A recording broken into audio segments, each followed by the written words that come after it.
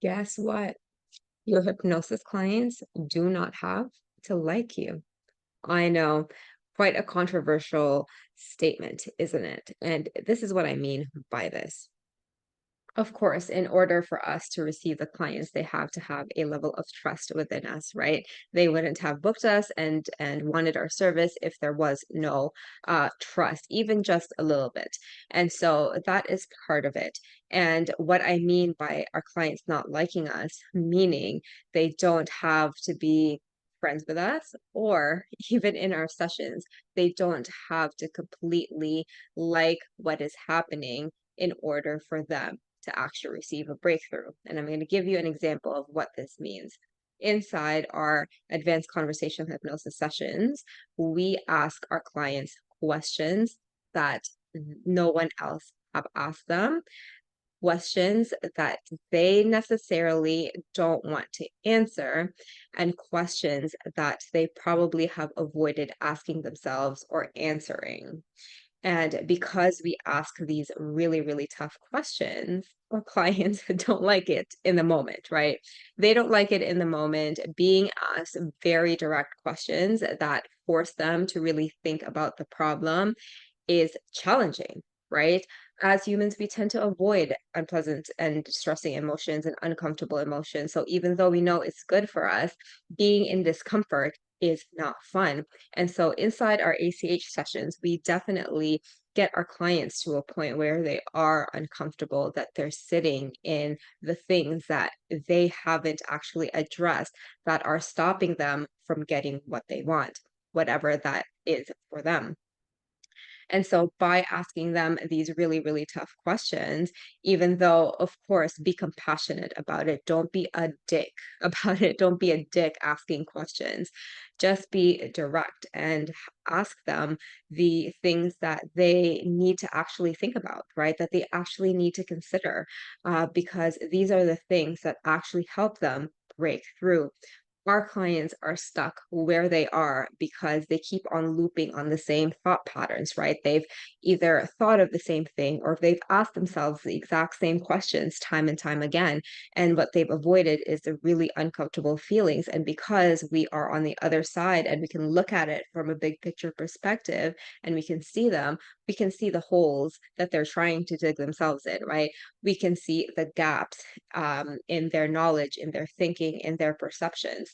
And so by seeing that, it is actually our job to ask them these really, really tough questions. And of course, they're not going to like it right during. They're not going to like it during, and but they're actually going to appreciate it afterwards, because that is the fastest way that we can actually help them. It's not about being beating around the bush. It's not about the toxic positivity and just telling them how awesome they are. If we keep telling them that, then how are they going to grow, right? If they're not being challenged, if their beliefs aren't being challenged, if their conflicts are not being put up in the surface and examined, how can they actually grow? Like the toxic positivity of, saying that they're awesome and they're good enough. Sure, like that's fun for purpose, for a certain context, but to actually break through and out of the problem, the challenge and growth is required, because if they're not being challenged, why would they grow, right? That is just basic one-on-one transformational work. And so that is what I mean by our clients not having to like us, but at the end of the day, they will love us for it. They might not like it during the session. It might be very, very uncomfortable for them, but it is also up to us to create that space and establish that trust and rapport with them to help them to be where they want to be. A really recent example is that I was just catching up with an old client, and she had told me the amazing things that have happened to her since our sessions. And one of the things was like, I really, she told me, I really appreciated you asking me that really, really tough question. Because if you didn't ask me and I asked her something about, what if you don't reach your goals at this time? And she didn't really like it.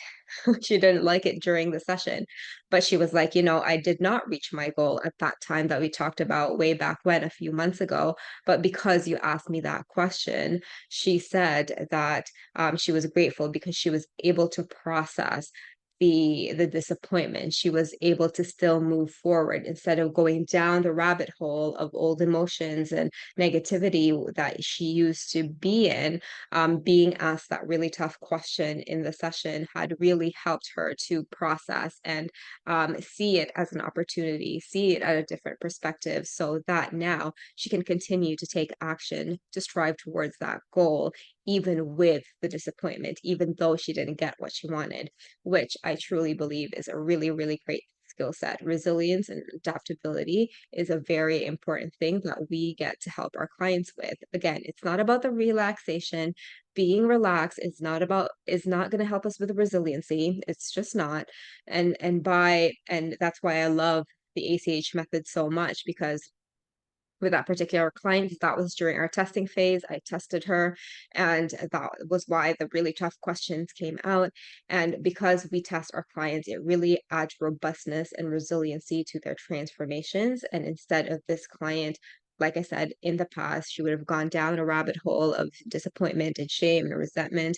But instead, she was able to process it, and she was able to learn from it, move on, move forward, and keep going towards her goals, even though she hasn't seen it yet.